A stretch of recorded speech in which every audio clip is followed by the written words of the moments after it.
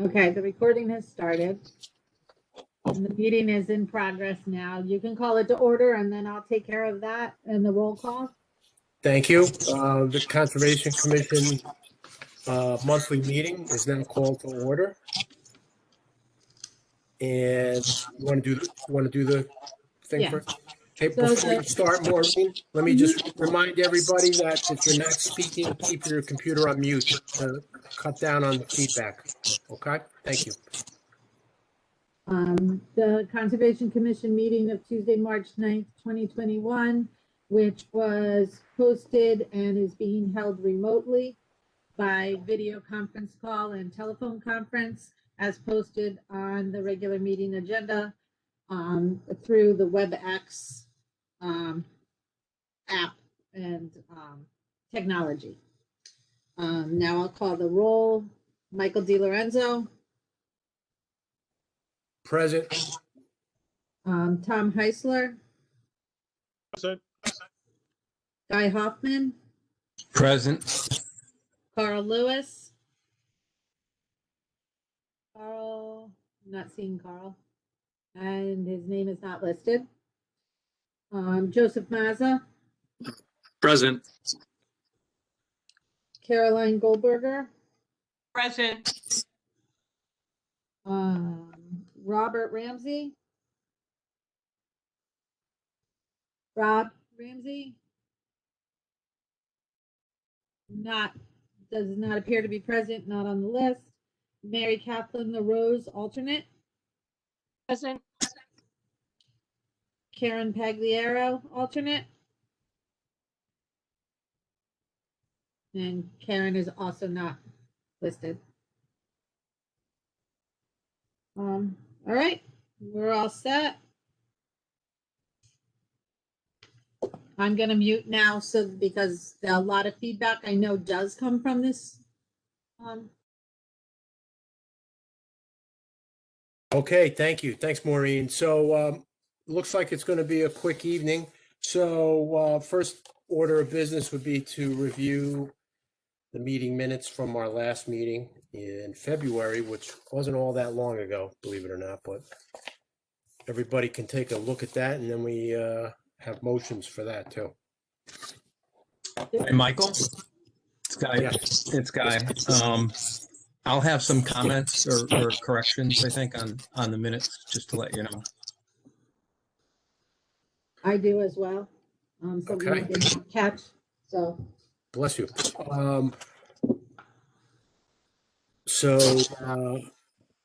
I think we need to amend the minutes first and then make a motion to accept the amended minutes. So, Guy? All right. I've got a few things, nothing major, but just we should probably clear them up. Under call to order, number one, it has me as chair, so it should be vice chair. And then on the second page, about the motion that we took, that Rob made a motion. And the third line in that just needs to be tense correct. It says this comments was, so we either look at those first two sentences as these comments were, or make them singular and keep it that way. So I don't know which way we want to do that. We could clean it up either way. And then on the part 5, the site plan amendment, aesthetics has an N in it that we don't need in there. So in the first line, and I'd like to change around the second sentence a little bit to read, they would like to be ensured that vigorous erosion control measures are put into place until the area is stable and the town open space parcel is protected against encroachment. And that's what I got. Good. No, those are good pickups, and you're right about the last comment there.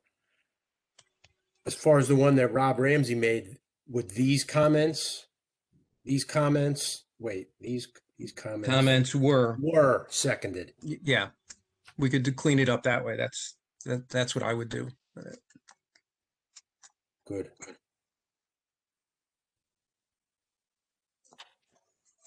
Thank you, Guy.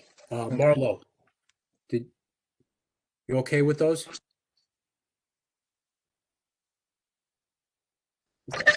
I had, this morning speaking, I noticed something else where a new business to the Mountain Trail Bike Race at Hatchery Brook.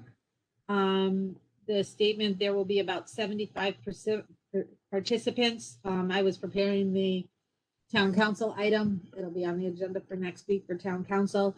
And we listened and compared to his submission, and 75 participants at a time.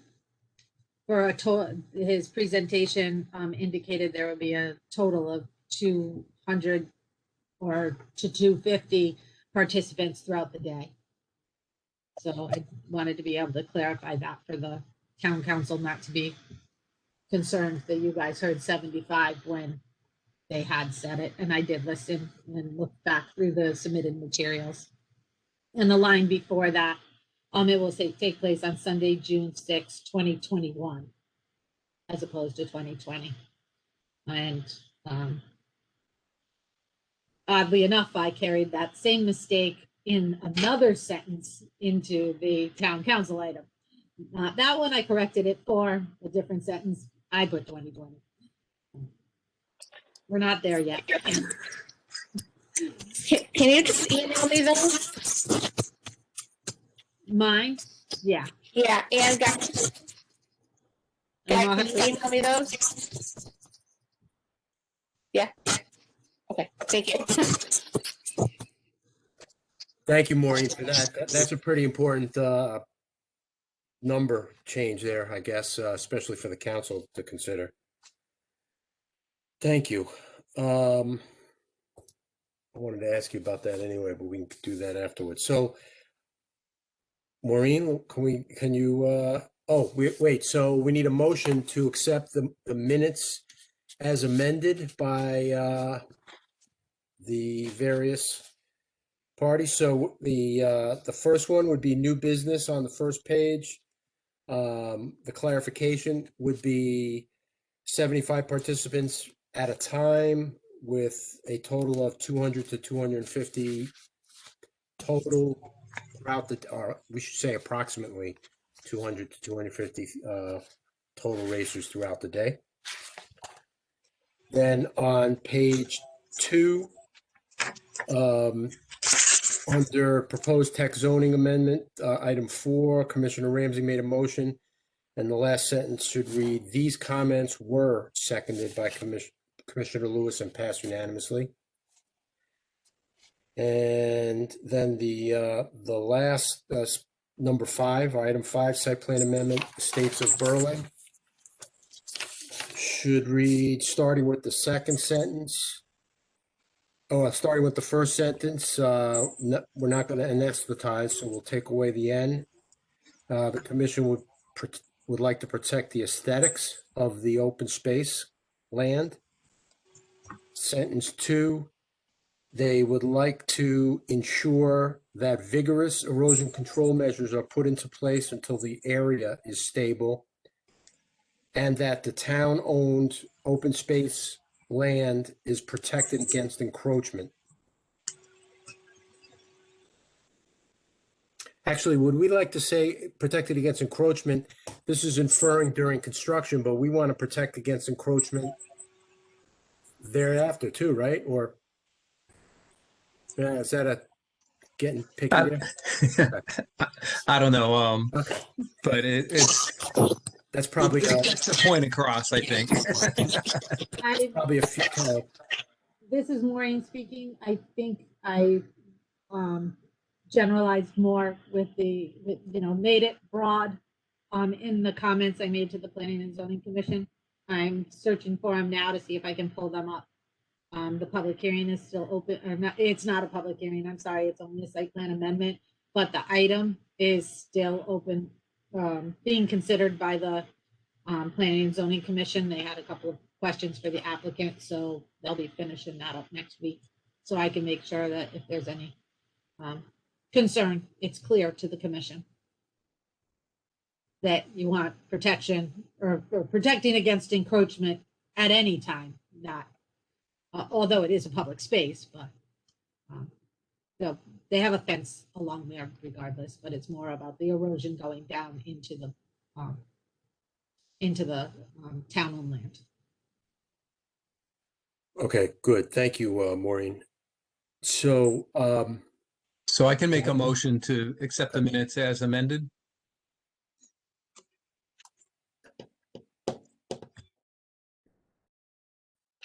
hello? We need a second. Heisler, I second. Thank you, Tom. All in favor of accepting February's minutes as amended tonight? Please say Aye. aye. Aye. So moved. That was unanimous. Thank you. Thank you, everybody. Thank you. And thanks for picking those out, Guy and Maureen. So Maureen, new business, we only have that one item? The proposed zoning amendment? So yes, we have the one new item that's come into the Planning and Zoning Commission, although I have a couple of updates and other things to add during general comments and correspondence. So you want me to just move right into that amendment? You're muted.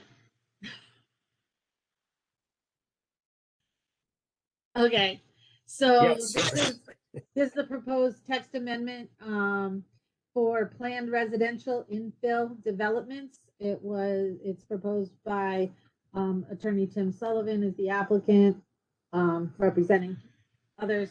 And generally speaking, the amendment focuses on parcels that are currently occupied by motels along the Berlin Turnpike, and allowing those to be altered from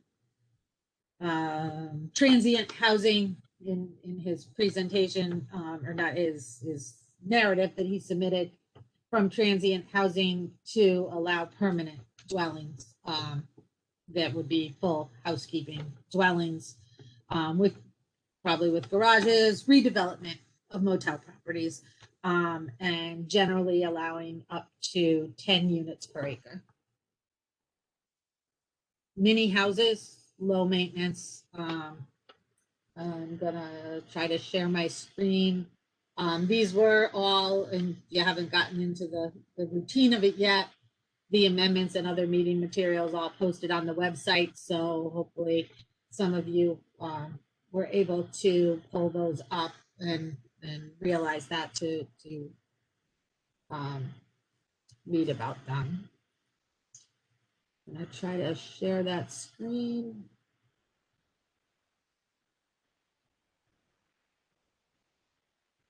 I'm having trouble finding the right screen.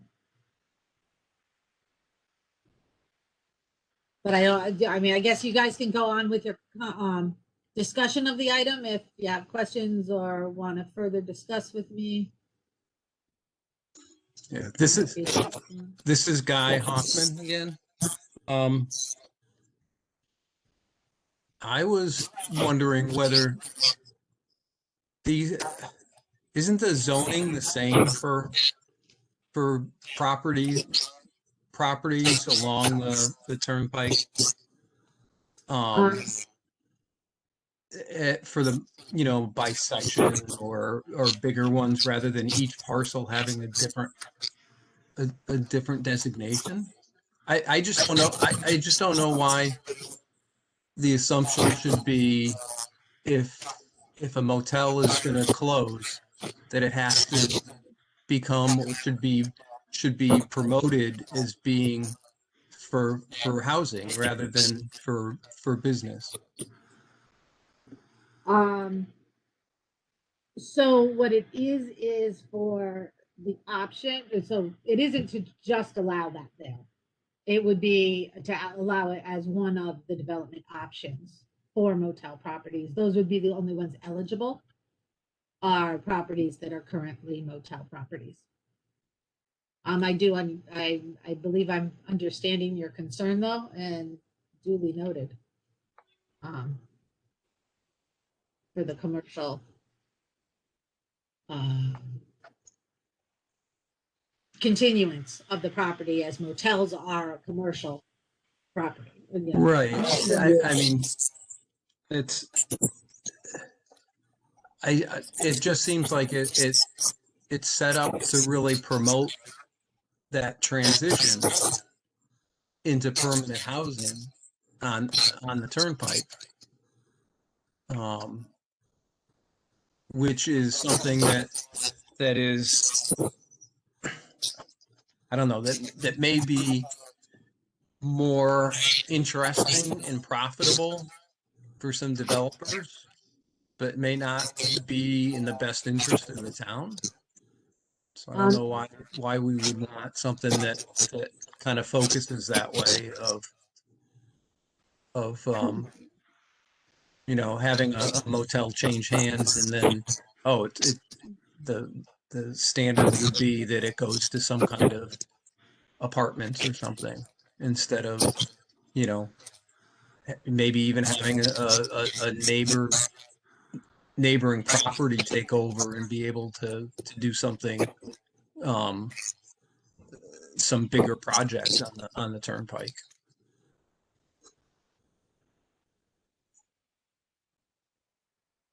So I have not done my staff report with regard to this yet, but we'll certainly be considering in the staff report, and the commission always does consider whether or not it's consistent with the plan of conservation and development, as with zoning amendments, regulation amendments, or zone amendments when proposed by applicants. We take them in and analyze what they are at face value. So we'll be doing that, and the commission would consider comments. Yeah, good. Yeah, the only other comment that I had with it was that, yeah, I mean, it could go the other way too, that as far as the concern, some of these properties could potentially being developed in what's outlined here have a lot more impervious cover, and depending on where local wetlands or streams are and stuff, that kind of development may not be the best environmental development either. So, but it would depend. That would be site specific, really site specific. So. Is it, can I get a little clarification on that? Is that because the housing might be spread out more throughout the site than a commercial use might be, or just expand a little bit?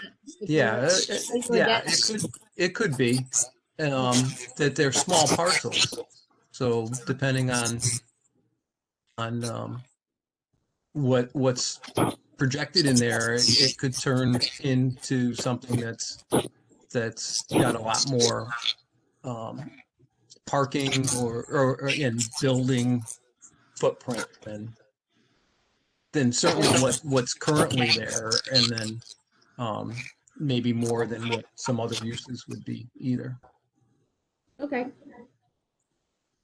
Thank you.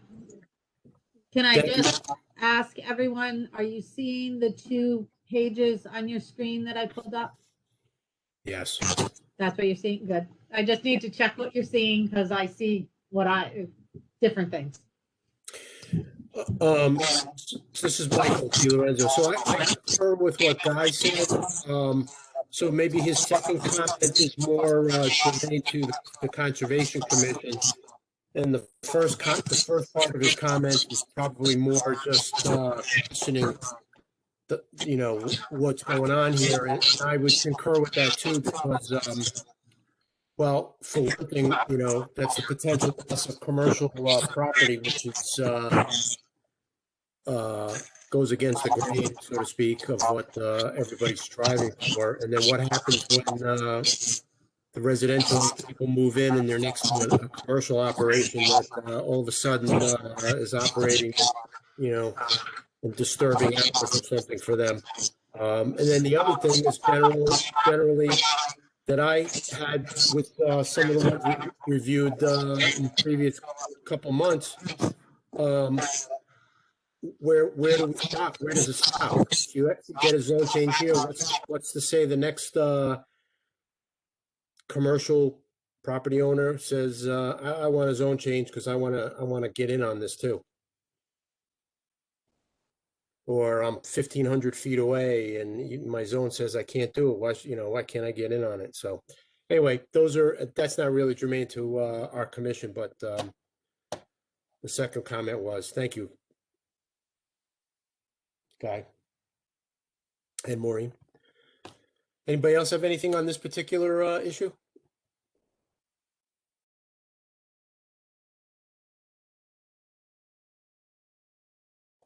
All right, so we'll move along.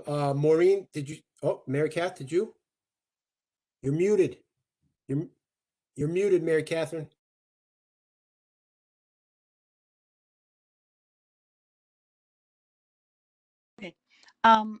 So we're talking about like existing motels on the turnpike that would somehow modify their units to then allow permanent housing, like an apartment, in other words, versus just a motel room. Is that what they're proposing? The proposal includes the ability to raise the site and build units instead as well. It's not limited to conversion. So would they have to abide by any type of square footage in terms of our zoning regulations? Are they going to allow those little tiny houses things? I'm just curious what the size of these units would be. So in their narrative, he explained that the size constraints of the parcels support small residential units aimed at downsizing seniors or young people seeking low maintenance housing. So that's part of their presentation of what they are asking for. In his design standards, he, let's see,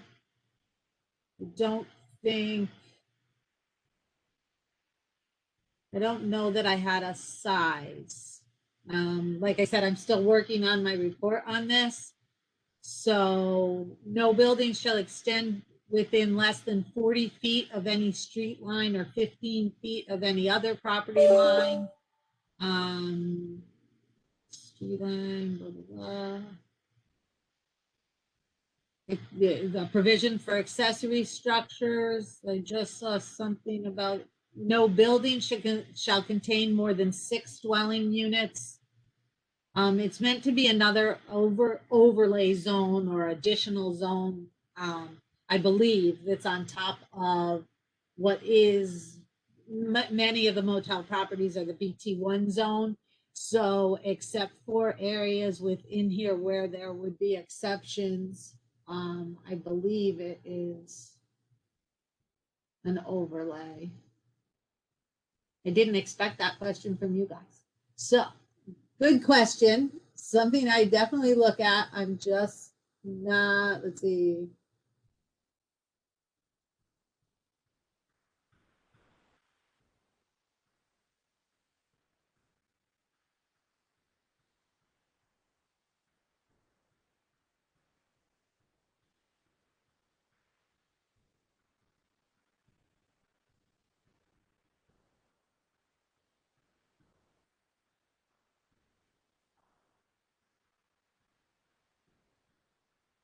I'm not seeing that that was specifically addressed.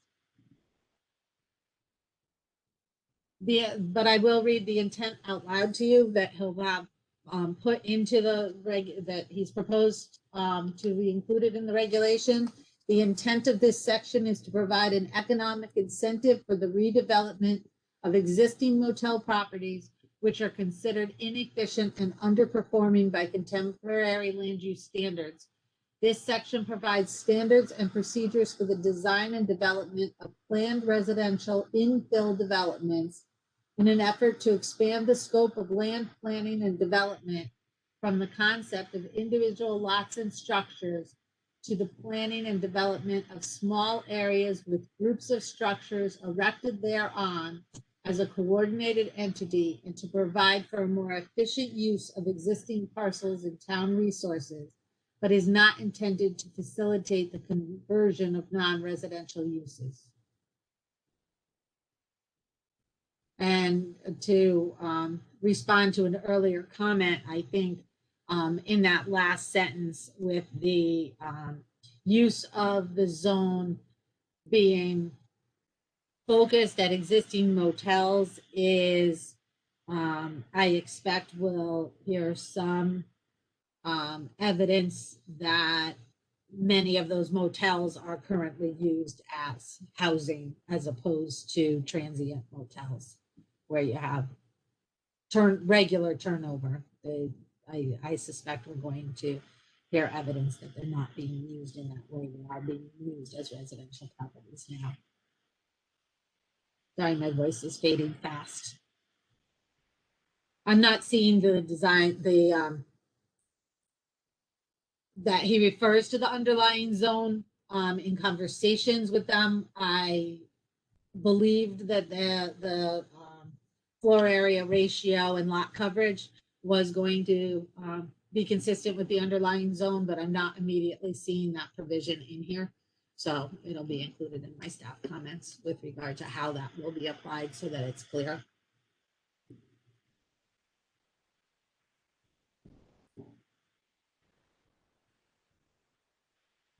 Yeah, I'm mute again, Mike. Thank you. Anybody else have any questions on this particular subject, this item? Maureen, you said you may or have follow-up on previous projects that we had reviewed or discussed? Mute. Unmute. This mute function is so fun. Yeah, I don't know if you want them now or in further down, but the amendment for gas stations will be heard at the next P&Z meeting next Thursday night, not this week, but the 18th. You discussed that at a previous meeting. And and just as a staff update for the Conservation Commission, P&Z will be receiving a report from staff for a proposal for consideration of a moratorium on multifamily developments.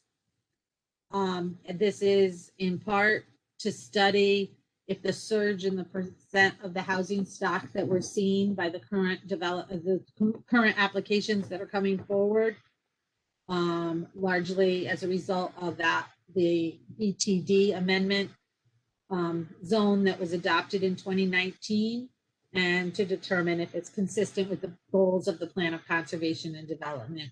I believe this commission as a whole has noted and you just did, the surge of residential on the Berlin Turnpike. So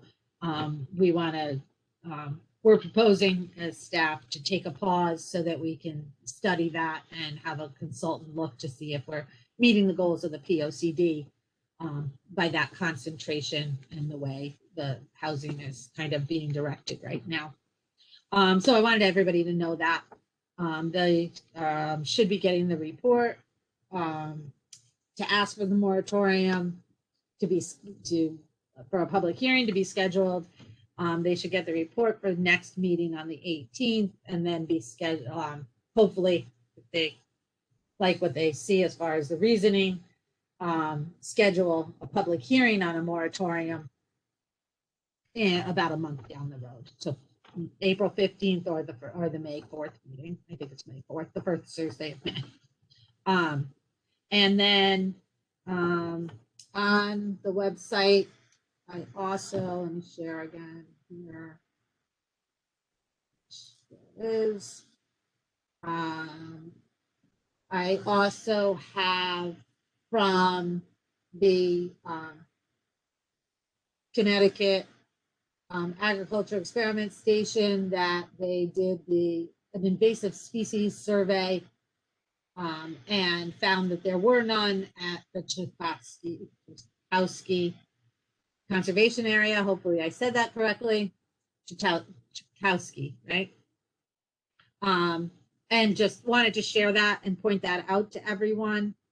And also that, I thought it was, yeah, let me see if it's, we gotta find one more letter for you. This is a notice we got for tentative renew a state permit for Stanchem for a discharge. And the DEEP has asked that we disseminate that to the Conservation Commission as well as the P&Z and other entities in town. So that for your consideration. I don't know how many of you looked on the website and saw it. It just came in yesterday, so I didn't have a time to really call it to your attention until now.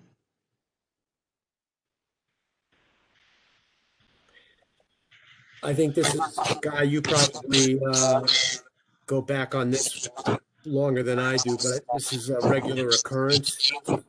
And I guess it just, it happens, but it's just interesting that, you know, if anybody doesn't really know. Maureen, can you go back up to the first page for a minute, please?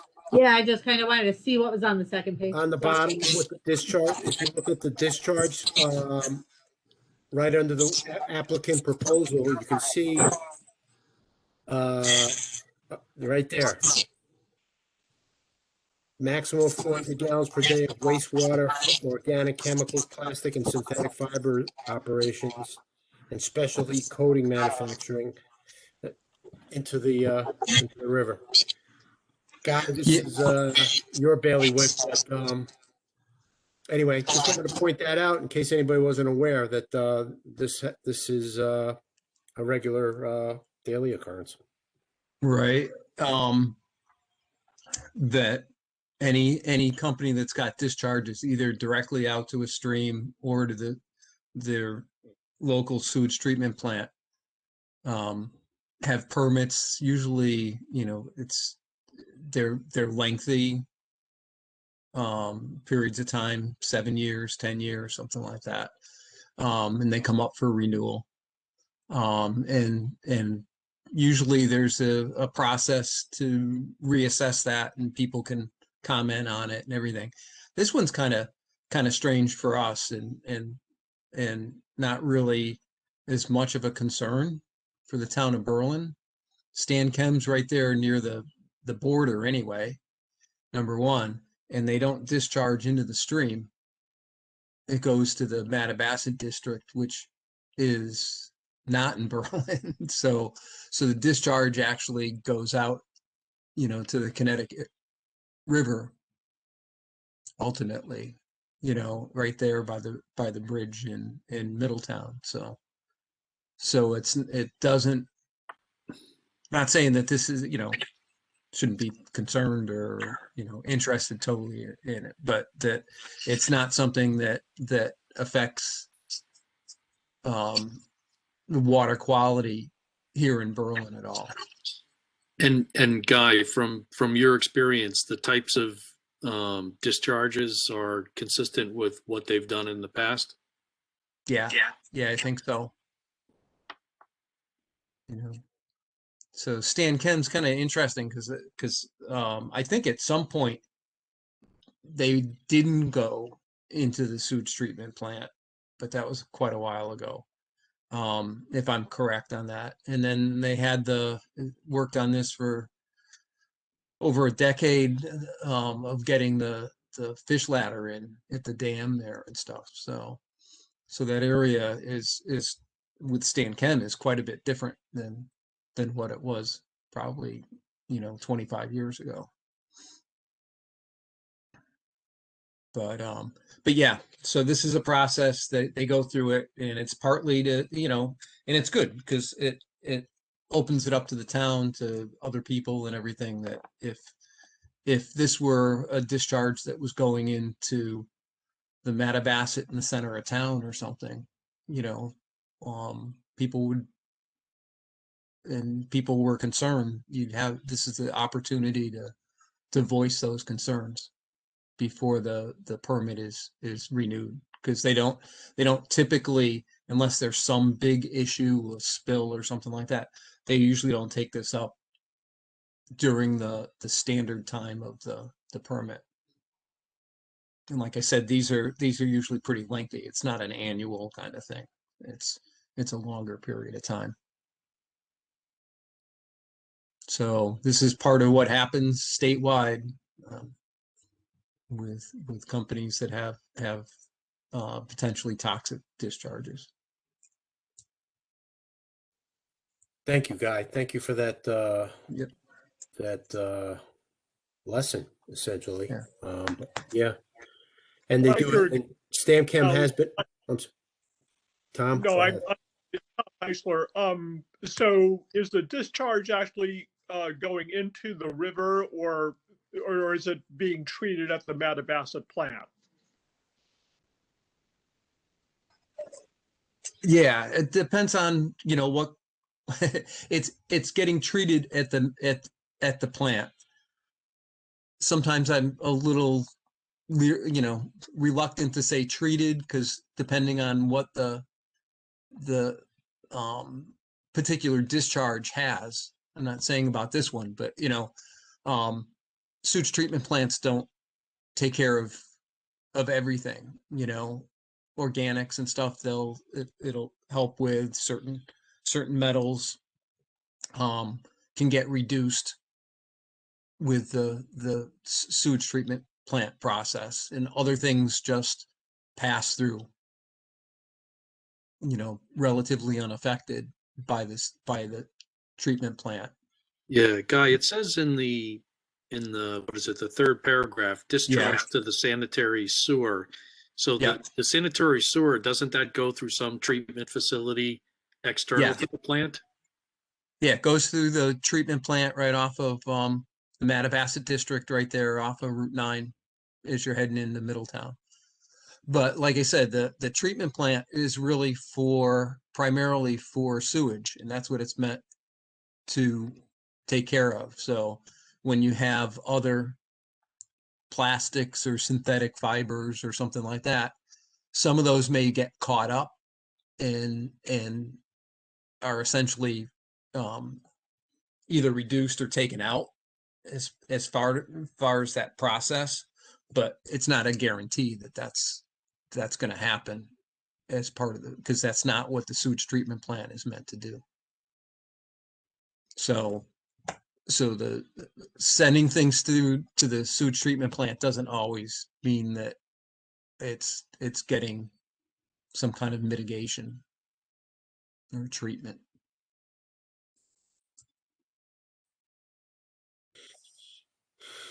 Anybody else have any questions on this particular item? Pretty interesting. Thank you again, Guy. One more thing for me.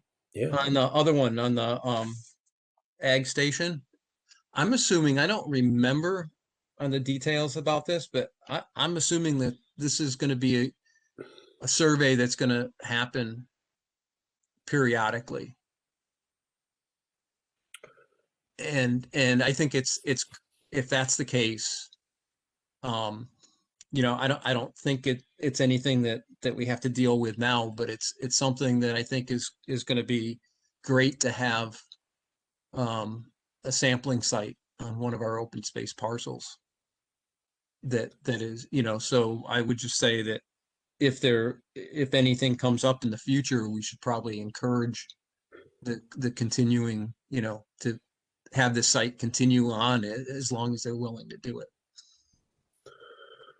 I would agree. I mean, I was surprised it happened because I remember when she requested it pre-pandemic. So, and then didn't hear anything. So I figured, everything's on hold, but it's good news anyway, right? On what they found or didn't find, I guess. So yeah, that's a that's a good thought, Guy. So we'll have to keep an eye on that. Thank you. Thanks, Maureen, for putting that up there. Maureen, speaking of town open space, you mentioned the mountain bike race going to town council. Did you already do the presentation for the other one, the Run Ragged? Yes, so Run Ragging got its approval about a month ago. Okay. Time constraints put this one off and from the last meeting. I would have had to prepare it the day after your meeting. Like it was a tight window. So I ended up putting it on for next week. I submitted it today, so it'll be on town council next week for the bike race. Good. Thank you. And then I guess onto the garden. Any updates on the community garden, Maureen? Okay, so the update on the community garden is we sent out the applications to the existing, the previous users of the garden from last year. And we've gotten back, I just wrote it down. Hold on a second. We have 19 returning gardeners already. And then it was posted on the website this week for the general population. And we've already gotten several new inquiries, either people that were waiting for the application or those that have that saw it this week. And so it's looking good for filling at least most of the garden up. I do think I haven't been able to talk to Bill Jackson lately. We've reached out a couple of times. Just I believe timing is just really bad for him right now. But I was going to try to encourage him to see if he could get the gardeners to coordinate a little bit for overall cleanup at the garden, and maybe they can start working together to formulate some work sessions or something else. Because there's, I guess, some of the gardens that weren't used last year, or even the ones that were spoken for, some of those were left to overgrow because the people weren't going to the garden, even if they'd signed up. And so there might be some work day kind of activities that I would like to have encouraged, but the staff here just does not have the time to coordinate with the gardeners and get something like that running. So I'd like to encourage them to do that themselves. The garden, from what I understand, is supposed to be kind of a self-operating amenity that the town is providing, but without town services really having to step in too much. So. No, that's a good idea. I'm glad to hear about those numbers. Maureen, when you talk to Bill, maybe there's a way that we could encourage or get some of the gardeners there instead of letting if they. And again, this isn't really going to happen until after the season gets going, when you see either it's not a plot's not taken or somebody signed up for it and then and can't go there or doesn't go there, whatever. To me, the simple thing would be to plant some kind of native pollen, just wildflowers and or sunflowers, just something simple that will hold its soil down, have flowers, attract pollinators, and kind of look nice. And I mean, we can get the material or the seeds for that, as long as we can get the volunteers to put them in. So maybe if you just mention that to Bill as to bring that up to the gardeners. And who knows, there might be some idea, once you put that out there, there might be some ideas that somebody comes up with. That's there all the time. All right, Thank you. that's a good idea. Thank you for that. Thank you and thank Fran for us too for handling this. I do have to give her a shout out. She has I a know. really great rapport with the gardeners. Some of them she's on first name basis with. They call every year, they call her and ask her questions and it's she got a new map printed from our engineering department so that it's neater than the last one we had and looks a little more polished, and she's standout job. So Yes, thank you for acknowledging that. yes, thank Fran for that, please. All right. Does anybody else have anything they'd like to share or bring up? Michael, this is Mary Catherine. I don't know if this would interest anybody, but I'm trying to organize. Actually, I have a couple of people that are going to meet me at Bicentennial Park this Saturday for a cleanup.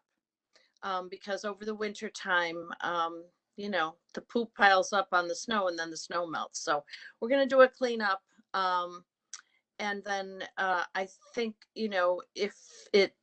if it's clean, then people tend to come with their dogs and do more to clean up after their dog versus leaving it there. So that's my intent. So we have a couple dog people. We're going to go and do it on Saturday. So I'm going to bring a bunch of bags and hopefully it'll look really nice after we're done. That sounds good. That's a great thing. Thank you. Too bad. Well, I know it's nice to have warmer weather, but when it's frozen, it's easier to clean up poop. So, but You know what, Michael? It really, because I've gone there a few times this past winter. It's hard to get it out of the snow because you end up getting more snow than what you really want to get. So, I was kind of annoyed a couple of times I went and it was like, oh, come on, people, you can do better than this. But, after trying it myself, I thought, you know what, now it's melting. It's going to be a good time to go ahead and clean it up. And, we have that unofficial dog park group. So I said something on there and, of course, there's a lot of people that go there that aren't on that group, but we're going to try anyway. So. that's a good thing. Thank you for bringing that up. And hopefully somebody, if they read our minutes in the rest of the week here, maybe they'll see that too. So yeah. the Okay. more the merrier. Thanks. Thank you, Mary Catherine. Yep. Anybody else? All right. How about a motion? Commissioner Mazza moves to adjourn the meeting. Thank you. I second Tom Heisler. Thank you, Tom. All in favor of adjourning the meeting? Raise your hand and say aye. Thank you. So Aye. moved. Thank you, everybody. Marlo, thank you. Thank you, Mary Catherine. Maureen, as always, thanks for helping. Carol, bye, Guy, Tom, Joseph. Everybody stay safe, stay healthy, and we'll see you soon. Yeah. Hope to see Good night, you. everyone. Hope to see you in Hopefully, person soon. maybe in person soon. You're right. Very good. Yeah. Yeah. I hope so.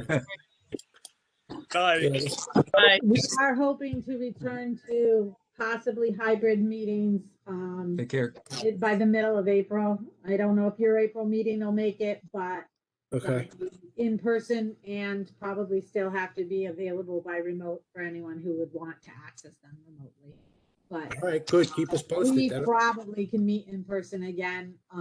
That will somewhat depend on room availability because we have to have the technology available at the same time.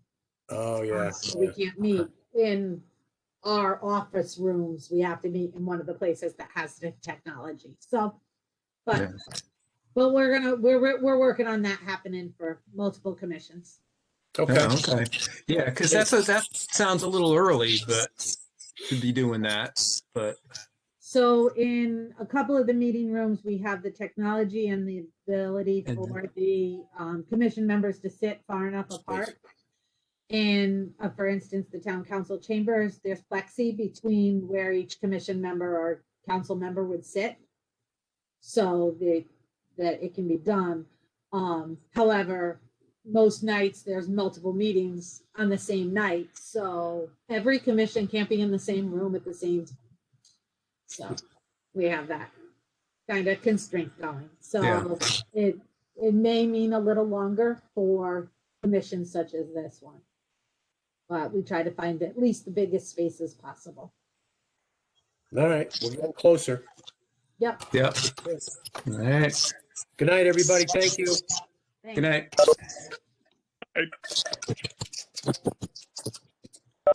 Maureen, can you stay on for a minute? Yeah, Okay. sorry. Sure. No.